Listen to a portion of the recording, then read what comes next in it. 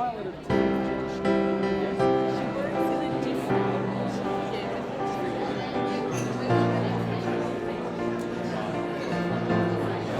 Constitution still allows laws to be made on the basis of race. This is a process that's got to be owned by the whole Australian community. My fellow Australians, my fellow humans, I warmly welcome you from the land, the family, the neighbourhood and the community you come from, to Gadigal land, Eora land, Aboriginal land. Welcome to the launch of the Social Justice Commissioner's 2010 Social Justice Report. The major theme of the Social Justice Report is the link between human rights and the need for constitutional change. In November, the Social Justice Commissioner launched his priorities for his term at the National Press Club.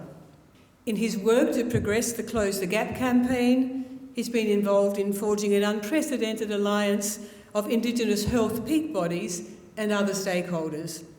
I look forward to continuing to work with Mick over the coming years as he builds on these already significant achievements. So I'm very pleased to be here today to launch my first social justice and native title reports. There is work to be done breaking down racism and the negative stereotypes and preconceptions that we have of each other, and advancing reconciliation between Aboriginal and Torres Strait Islander peoples and the broader community through reforming our nation's constitution to formally include and recognise Australia's First Peoples.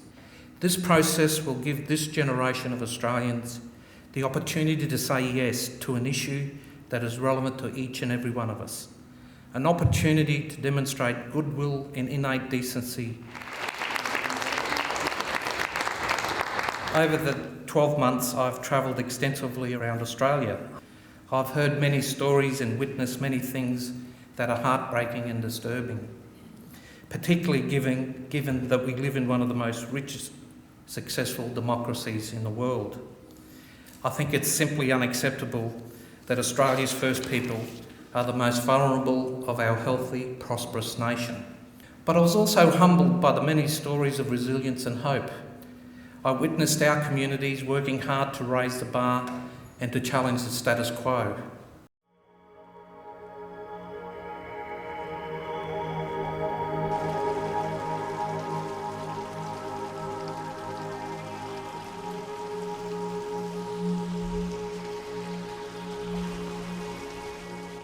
The condition have lifelong consequences for that child and ensure that they never reach their full potential. 90% will be unable to live independently at the age of 21. 80% will have mental health problems, and 60% will be in trouble with the law. Finding solutions to the issue of FASD will not be easy, but the communities of the Fitzroy Valley are strong and wise. We can give our kids a brighter future, a future that we are proud to hand on, a future that will allow them to live their dreams.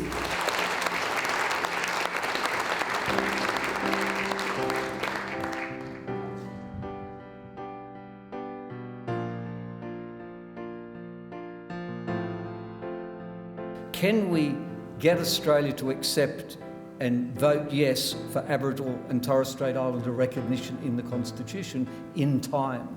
Through the changes and the symbolism and the pride and the identity in being Australians, we can all work together to forge a future. What gives us hope around these findings is that over 90% of those who were surveyed agreed that the relationship between Aboriginal and Torres Strait Islander peoples and other Australians is important. What I think that says we need to do on this occasion is firstly be realistic about what we can do. I'm a supporter of a treaty, a Bill of Rights and a republic, but I don't think any of those are things that we can progress in this occasion. I think the things we can achieve are firstly recognition. Is there a possibility of developing a vision of what a reconciled Australia might look like? For me, the vision of reconciled Australia is when we say Aboriginal and Torres Strait Islander culture is our culture. Can the racist power be used for the benefit of Indigenous peoples? Should we even be classifying people by race? Why is it that laws are fixing upon race?